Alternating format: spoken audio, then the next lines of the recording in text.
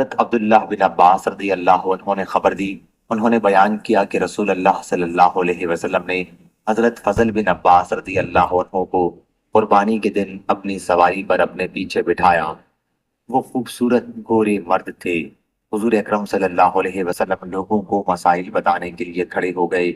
اسی دوران میں قبیلہ خشم کی ایک خوبصورت عورت بھی حضرت صلی اللہ علیہ وسلم سے مسئلہ پوچھنے آئی۔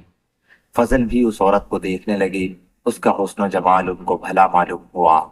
حضرت صلی اللہ علیہ وسلم نے مڑ کر دیکھا تو فضل اسے دیکھ رہے تھے۔ حضرت صلی اللہ علیہ وسلم نے اپنا ہاتھ پیچھے لے جا کر فضل کی ٹھوڑی پکڑی اور ان کا چہرہ دوسری طرف کر دیا۔ پھر اس عورت نے کہا، یا رسول اللہ، حج کے بارے میں اللہ کا جو اپنے بندوں پر فریضہ ہے وہ میرے والد پر لاگو ہوتا ہے جو بہت بوڑھے ہو چکے ہیں اور سواری پر سیدھے نہیں بیٹھ سکتے۔ کیا اگر میں ان کی طرف سے حج کر لوں تو ان کا حج ادا ہو جائے گا؟ حضرت صلی اللہ علیہ وسلم نے فرمایا کہ ہاں، ہو جائے گا۔ صحیح بخاری حدیث نمبر 6228۔